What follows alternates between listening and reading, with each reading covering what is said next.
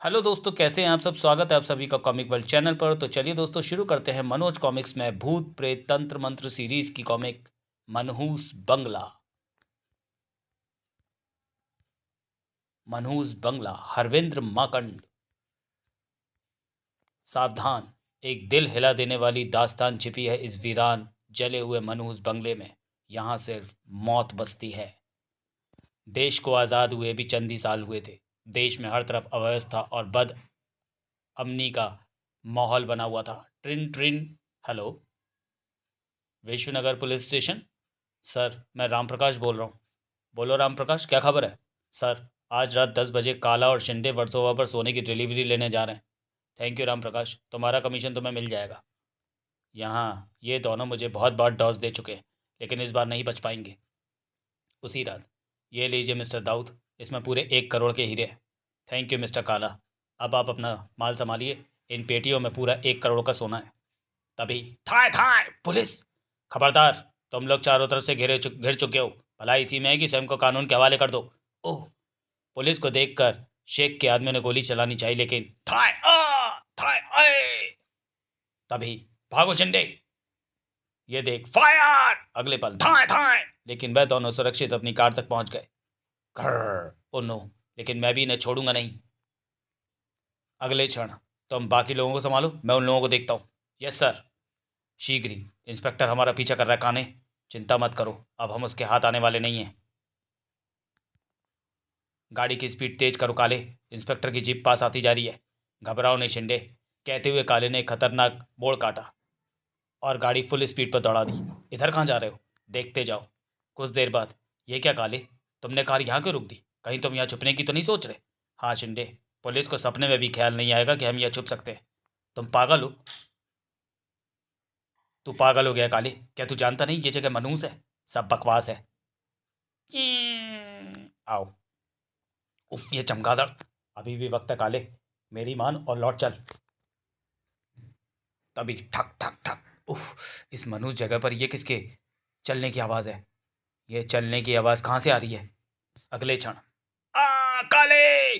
कौन है। कौन हो तुम। घबराइए नहीं साहब, मैं इस बंगले का चौकीदार हूँ। आप लोग ठीक मौके पर आए हैं। क्या मतलब है तुम्हारा। साहब, मैंने अभी अभी बंगले में एक गुप्त तहखाना देखा है, जिसमें दौलत के ढेर लगे हैं। क्या। दौलत के ढेर, पता कहाँ है वह रखा जाना।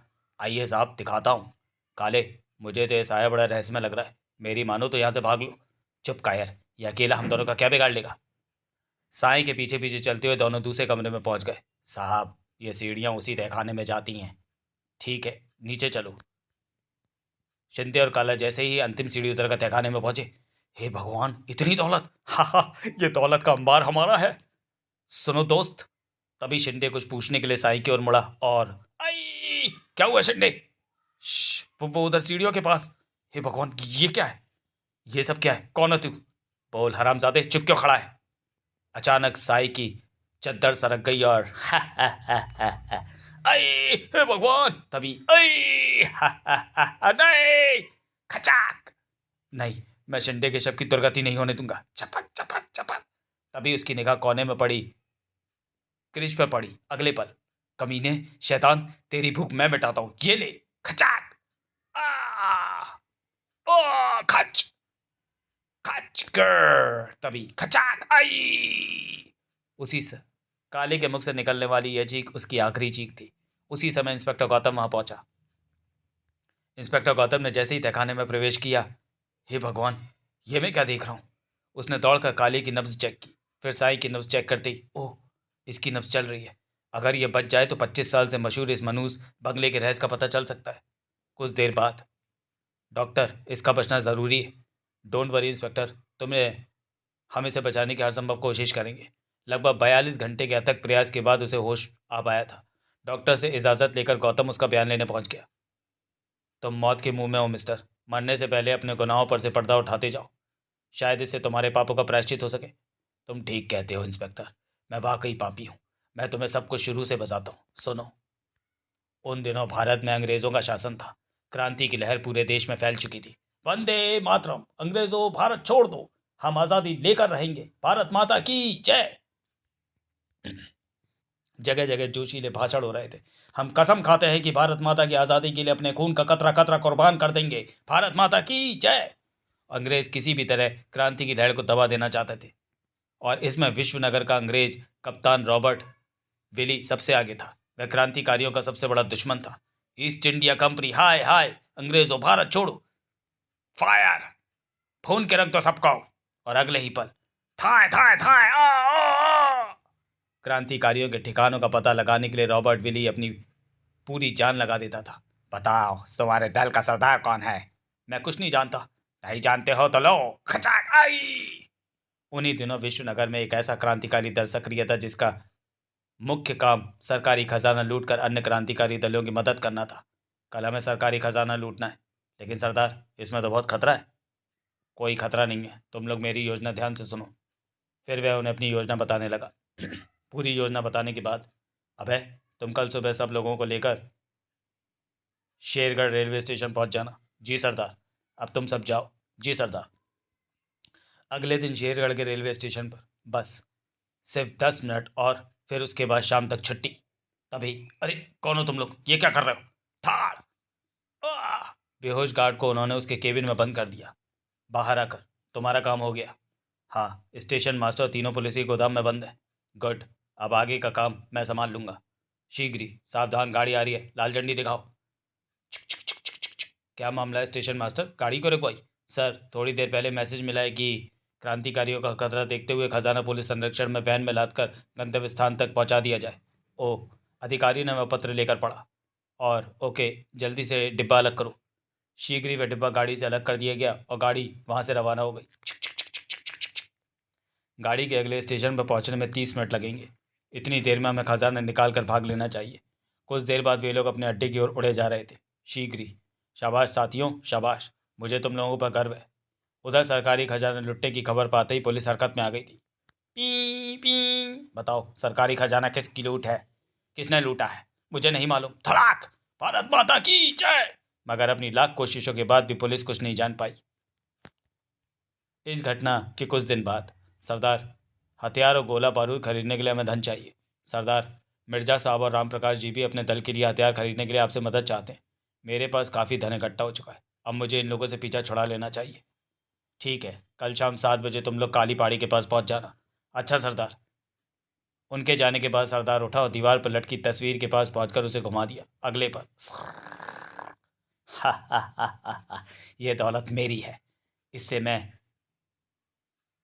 इसमें से मैं किसी को कुछ नहीं दूंगा। दूंगा तो केवल मौत। छन छन छन। अगले दिन काली पहाड़ी पर। यह क्या सरदार, तुम तो खाली हाथ आए? खाली हाथ कहाँ, ये जो लाया हूं मैं तुम्हारे लिए। थाए थाए थाए आ आई आए। अपने 3 साथियों को इस तरह मारते देख बाकी चारों मौत से टकरा गए। धड़ाक। ओह, फंस गया। लेकिन अगले क्षण थाड़।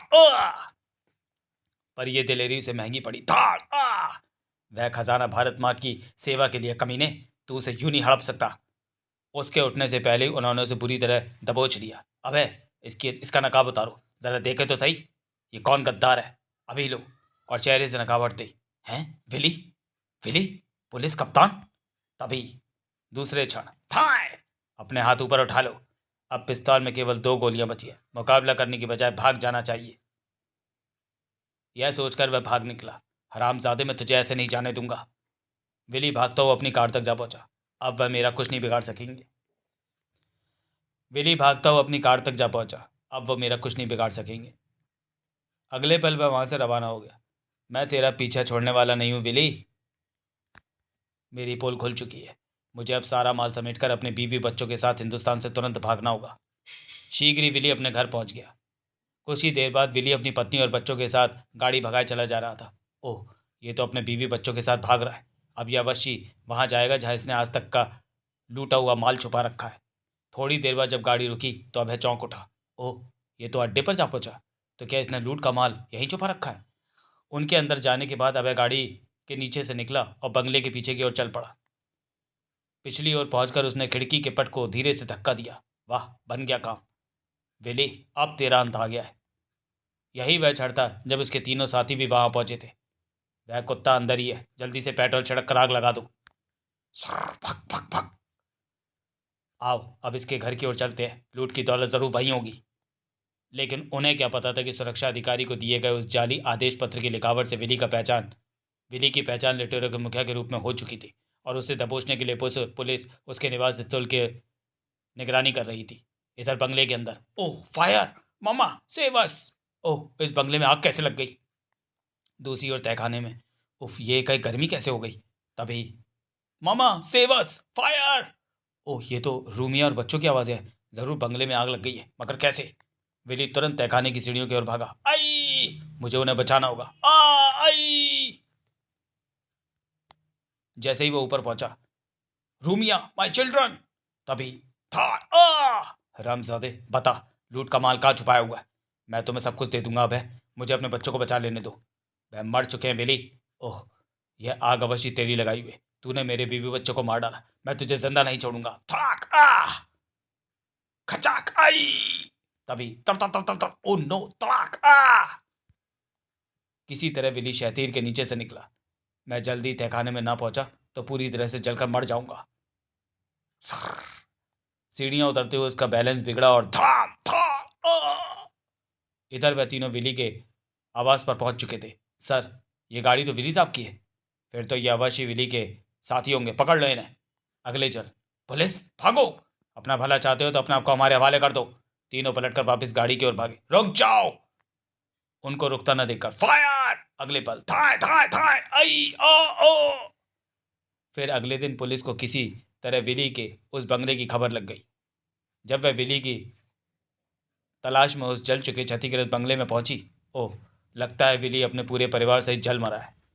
फिर वहां एक सिपाही को तैनात करके पुलिस वापस चली गई। विली को 3 दिन बाद होश आया। शीशे में अपनी हालत देखकर उसे रोना आ गया। ओह गॉड, तूने मुझे मौत क्यों नहीं दे दी? तभी उसे खाली पेट में आग सी लगती महसूस होने लगी। ओह पता नहीं मैं कितने दिन से भूखा हूँ। भूख के मारे मेरी आंतें हट रही हैं। मेरी भूख कैसे मिटेगी? क्या मैं भूख से तड़प कर मर जाऊंगा? उफ, ये दौलत के अंबार मेरे किस काम के? इनके होते हुए भी लोग मेरी सूरत देखते ही मुझसे दूर भागेंगे। तभी उसे तहखाने की छत पर किसी के चलने की आहट सुनाई दी। ठक ठक, शायद ऊपर कोई है। भूख से बेहाल हुए जा रहे विली ने मन ही मन भयानक निर्णय ले लिया। इस हाल में जिंदा रहने के लिए मेरे पास केवल यही एक रास्ता बचा है। वह धीरे धीरे तहखाने की सीढ़ियां चढ़ने लगा। ऊपर की अंतिम सीढ़ी पर पहुंचकर उसने दीवार में लगे छिद्र में अपना हाथ डाला। अगले ही पल आए, यह फर्श का टुकड़ा अपने आप कैसे सरक गया और वह रिक्त स्थान, और उसके पास पहुंचकर उसने जैसे ही नीचे देखना चाहे, खच अगले ही पल सिपाही दम तोड़ चुका था। वेली मृत सिपाही को घसीट कर तहखाने में ले आया और किसी वहशी की भांति उस पर टूट पड़ा। चुसुर चुसुर। अगले दिन पुलिस को जब उस बंगले से उस सिपाही की छत विचर शव मिला तो, साहब यह अवश्य विली साहब और उनके परिवार की प्रेतात्मा को शिकार हुआ है। शराब, पढ़े लिखे होकर ऐसी बात करते हो? पुलिस कानूनी कार्रवाई करके चली गई, लेकिन रहस्य पर से पर्दा नहीं उठ सका। समझ में नहीं आता कि बंगले में पहरा देता सिपाही आखिर किसी जीव की हिंसकता का शिकार कैसे हो गया। विली अब पूरी तरह नरबक्षी बन चुका था। वह रात को आसपास के क्षेत्रों में निकलकर शिकार करने लगा। नहीं खचाई। Clip clip. फिर एक दिन भारत आज़ाद हो गया और नई सरकार ने यहाँ आने पर पाबंदी लगा दी। अतः मुझे बहुत दिनों बाद ही शिकार मिल पाता था।